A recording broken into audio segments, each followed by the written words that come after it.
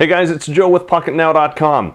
Yesterday we showed you a video on how you can go through and unlock, root, and super user your Nexus 4. We did that for a reason, because today we're going to show off CyanogenMod 10.1 running on the Nexus 4. Let's go take a look.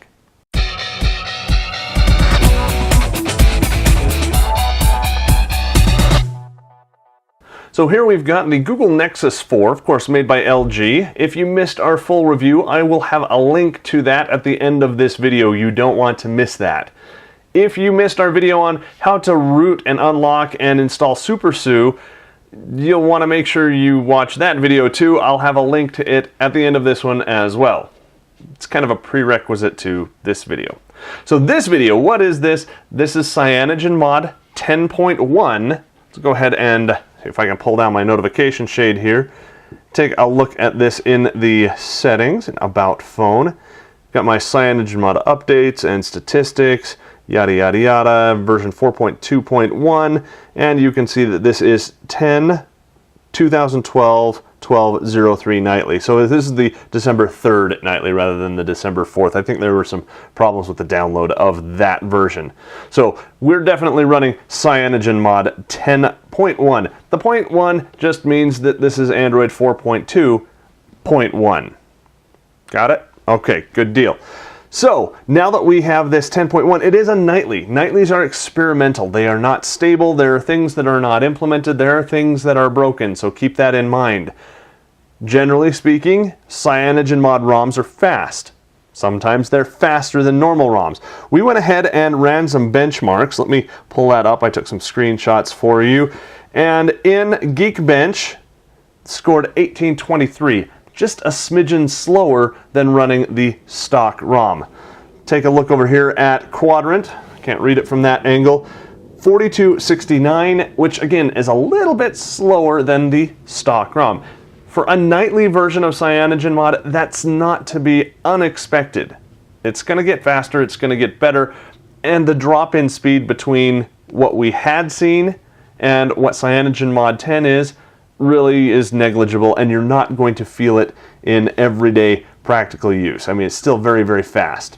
So what are some things that you can expect with CyanogenMod? First of all, notice I have gone ahead and modified my dock down here, my hot seat as it were, and I've added a couple extra spaces for icons, so now I can have 7 or more icons down there. It's great, it's customizable, that's what we like. Next, we've got our power widget, which I love. This thing is great. It lets you do all kinds of stuff right there in the power widget. This, of course, is running the Trebuchet launcher, so let's jump right into that. We'll go into settings. First of all, we've still got the stock Android Jelly Bean 4.2 quick settings up here, the quick toggle screen, not the one from previous versions of CyanogenMod, at least not yet. They're probably going to extend what they have here rather than go back in and reinvent the wheel with theirs. But that's just a guess on my side. So we have this new section called Launcher, and if I can tap it instead of going into Google Now, that would be helpful. In here we can modify stuff on our home screen, change our grid size, the number of home screens. I've changed from the default of 5 to 3 because that's all I use, and that helps speed up my device. I can set the default screen. I want to change that to 2, because that's the middle one. Can change my vertical padding, horizontal padding. Do I want a persistent search bar? Yes or no. I like it. If you don't, take it off. You can do that. It's awesome. You can resize any widget, including widgets that are kind of old and don't know how to be resized. Now you can, because the launcher knows how to do that for you. If you know what things are based on their icon and you don't need their label, you can hide their icon label. It's super awesome. This is stuff you have seen before. Wallpaper stuff, yada yada yada, show page indicator, fade it, dock divider, all that fun stuff. Drawer, same basic stuff. Dock, this is where I was telling you how many dock icons I could have. Let's go back to 5, go from there. And general, we can auto rotate the screen to whatever orientation we're in. I like that feature, so let's go ahead and do it. And this, of course, is Trebuchet 0.2.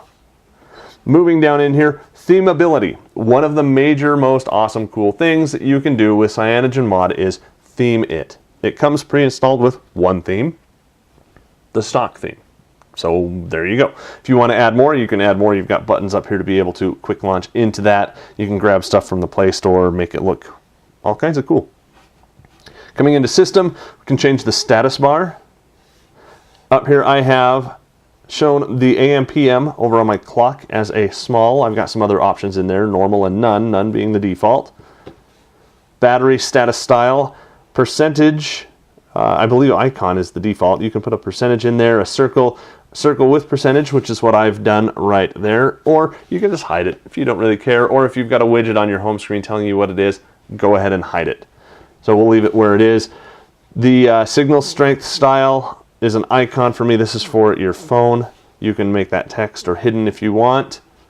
Notification counts, really cool. If you have notifications up here, how many Gmails, how many missed calls, whatever, it will show you how many there are, so you don't have to go into the app or pull down the notification shade to see. Really kind of a quick, easy way to find out, hey, you've missed 10 calls, might be important. Power menu. When you hit the power button, you can do all kinds of stuff. Show the reboot menu, take a screenshot so you don't have to hit volume down and power at the same time. Expanded desktop, I haven't played with that one yet. If you want to tell us what it is, go over to pocketnow.com and leave us a comment, just a brief description of what the expanded desktop is and how you use it. Profile switcher, now this is not multi-user profiles. This is, I'm at home, I'm at work, I'm in the car. You can pre-configure profiles and use NFC to toggle between them, and you can get to that by hitting the power button if you don't want to go to an NFC solution. You can switch it into airplane mode quickly that way and go into the sound panel as well. Lots of cool stuff. Notification light, I'll breeze over this. The notification light down here is not that big, but it is very convenient, and with CyanogenMod 10.1 you can customize it. So I have turned on my customized values. It will blink blue for missed call. It will blink white for voicemail. It will blink green for email coming through the email app, or red coming through the Gmail app, and orange if I get a message through Google Talk. So let's go ahead and see how this works. You tap on it, you can select what family of colors you want, and then whichever color you want in here. You can change the speed of the flash. I like normal just because it looks better to me, and you can even test it. So let's go ahead and test. That will bring up this dialog. You turn off your screen, and if you notice down here, now you've got this really cool blinky light. It doesn't blink faster as far as how many times per minute it blinks. That setting on speed is how many times or how fast you want the light to light up and go away. Now that was kind of interesting. You saw it was red, and I clearly have it selected as orange in here. I don't know why that's the case. Probably because this is a nightly and they are still working on things. But again, still red. But before I put this on camera, it was working, and so your mileage may vary. Okay, go ahead and try it. I like it. I think it's awesome. Moving right along, let's get in. There's so much stuff in this. A lot of stuff you have already seen here. We've gone through all the system. Profiles, this is where you set up and configure your profiles. If you don't want to use them, just turn it off. If you do want to use them, here's some pre-configured ones. You can change your settings on each one of those over there. You can also go in and set up your NFC somewhere in all of this. Come back here, and getting close to the bottom now.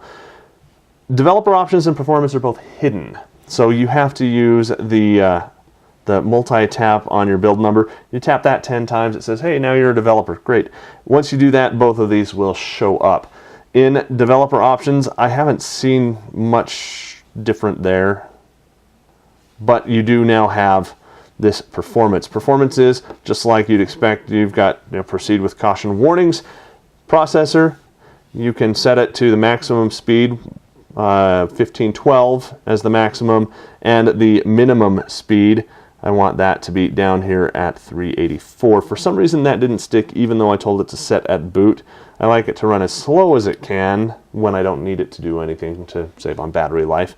Like I said, it didn't stick. I don't know why. Again, it's a nightly. Maybe that's the explanation. You can also change the governor in there. I/O scheduler, I've never done anything with that. Memory management, ZRAM, and allow purging of assets. This essentially compresses your RAM. It takes more processing power to do, but you have more effective RAM that you can use. So it's like, you know, instead of 2 gig, now you've got 2.5, but it takes a little bit more time to get into it. If you use a lot of RAM intensive apps, that's a good thing to do. Test it, see if it works. All of the benchmarks that I did were without doing any customizations to these, so it was stock. And then allow purging of assets. You can just, you know, let the OS kick stuff out when they're not needed anymore. Free up some of that RAM. 16-bit transparency, if you want to lose a little bit of quality in your transparent images and whatnot, you can toggle that, get some extra speed. I don't like the way it looks, so I leave it off. And surface improvement, the default is to fix color banding. I've turned that to fix color banding effects again after I did the change, or I'm sorry, I did this after I did the benchmarks. So the benchmarks are with the defaults. So that essentially is it. There's probably other stuff hidden in here that I haven't shown you, but we can only cover so much in a video. There is one very important thing that I need to mention, and that is if you are going to be running CyanogenMod 10, my preferred way to flash this is using Clockwork, or is that right? Using ROM Manager and Clockwork Mod Recovery together. Unfortunately, the Google apps, the GApps package that you download with CyanogenMod 10 Nightly is version 4.1, and it will break. That's kind of why it took us an extra day to get this video out. It will break, you will be in a boot loop, it will cause all kinds of headaches. Wow. I've got a link over at Pocketnow.com. I'll have a link to the article where you can find that link, where you can get a 4.2 Google Apps package that will actually work, and as you can see here, it's working just fine. So make sure you head over to Pocketnow.com so you can get that. CyanogenMod 10.1 Nightly. I love CyanogenMod. I love having it on my Nexus device, even though it is a Nexus device, because, well, that's what Nexus devices are really meant to do, to let you do all kinds of customization. I love it. If you like it, let us know. If you don't like it, let us know. If you've got another ROM that you're running on your Nexus 4, I want to know about that. Head to Pocketnow.com and leave that comment down beneath the article so I can go and take a look at it and maybe even do a video about it. For Pocketnow, showing off CM 10.1 on the Nexus 4, I'm Joe Levi. Thanks for watching.